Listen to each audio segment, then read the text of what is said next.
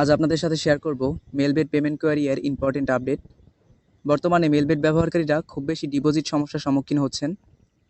আগে ডিপোজিট সংক্রান্ত সমস্যা জিমেল করার মাধ্যমে সমাধান করা যেত, কিন্তু নতুন আপডেটের পর থেকে জিমেল করার মাধ্যমে ডিপোজিট সংক্রান্ত সমস্যার সমাধান করে দেওয়া হচ্ছে না। এর পরিবর্তে পেমেন্ট কোয়ারি নামে একটি নতুন অপশন চালু করে দেওয়া হয়েছে। এই পেমেন্ট কোয়ারি অপশন ব্যবহার করেই এখন থেকে ডিপোজিট বা উইথড্র সংক্রান্ত সমস্যার সমাধান করতে হবে। তবে যতটুকু আমি জানতে পেরেছি, টেকনিক্যাল সমস্যার জন্য এখন পর্যন্ত নিজে থেকে পেমেন্ট কোয়েরি করার অপশন ক্রিয়েট কোয়েরি শো করছে না। আপাতত শুধুমাত্র কাস্টমার সাপোর্টের মাধ্যমেই পেমেন্ট কোয়েরি অ্যাক্টিভ করা যাচ্ছে। তাই নিজে থেকে পেমেন্ট কোয়েরি করার অপশন চালু হওয়ার আগে পর্যন্ত কাস্টমার সাপোর্টের মাধ্যমে পেমেন্ট কোয়েরি অ্যাক্টিভ করে নেবেন। সতর্ক থাকবেন কোনোভাবেই যেন পেমেন্ট কোয়েরিটি ডিলিট বা ইনঅ্যাক্টিভ না হয়ে যায়। যদি কোনোভাবে পেমেন্ট কোয়েরি ডিলিট বা ইনঅ্যাক্টিভ হয়ে যায়, তাহলে নতুন করে আর পেমেন্ট কোয়েরি করতে পারবেন না, কারণ এখন পর্যন্ত নিজে থেকে পেমেন্ট কোয়েরি করার অপশন চালু করে দেওয়া হয়নি।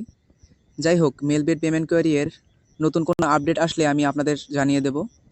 যে কোনো সমস্যার জন্য আমার সাথে সরাসরি যোগাযোগ করতে পারেন ভিডিওতে দেওয়া টেলিগ্রাম অ্যাকাউন্টে। মেলবেট পেমেন্ট কোয়েরি এর নতুন আপডেটের জন্য ইউটিউব অ্যাকাউন্টটি সাবস্ক্রাইব করে রাখতে পারেন। ধন্যবাদ। আজ আপনাদের সাথে শেয়ার করব মেলবেট পেমেন্ট কোয়েরি এর ইম্পর্টেন্ট আপডেট। বর্তমানে মেলবেট ব্যবহারকারীরা খুব বেশি ডিপোজিট সমস্যার সম্মুখীন হচ্ছেন। আগে ডিপোজিট সংক্রান্ত সমস্যা জিমেল করার মাধ্যমে সমাধান করা যেত, কিন্তু নতুন আপডেটের পর থেকে জিমেল করার মাধ্যমে ডিপোজিট সংক্রান্ত সমস্যার সমাধান করে দেওয়া হচ্ছে না। এর পরিবর্তে পেমেন্ট কোয়েরি নামে একটি নতুন অপশন চালু করে দেওয়া হয়েছে।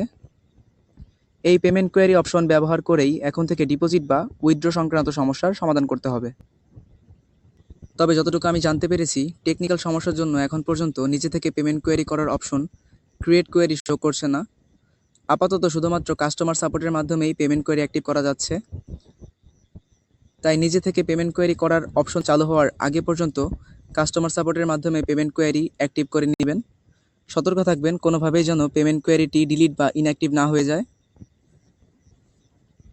যদি কোনোভাবে পেমেন্ট কোয়েরি ডিলিট বা ইনঅ্যাক্টিভ হয়ে যায়, তাহলে নতুন করে আর পেমেন্ট কোয়েরি করতে পারবেন না, কারণ এখন পর্যন্ত নিজে থেকে পেমেন্ট কোয়েরি করার অপশন চালু করে দেওয়া হয়নি। যাই হোক, মেলবেট পেমেন্ট কোয়েরি এর নতুন কোনো আপডেট আসলে আমি আপনাদের জানিয়ে দেব। যে কোনো সমস্যার জন্য আমার সাথে সরাসরি যোগাযোগ করতে পারেন ভিডিওতে দেওয়া টেলিগ্রাম অ্যাকাউন্টে। মেলবেট পেমেন্ট কোয়েরি এর নতুন আপডেটের জন্য ইউটিউব অ্যাকাউন্টটি সাবস্ক্রাইব করে রাখতে পারেন। ধন্যবাদ।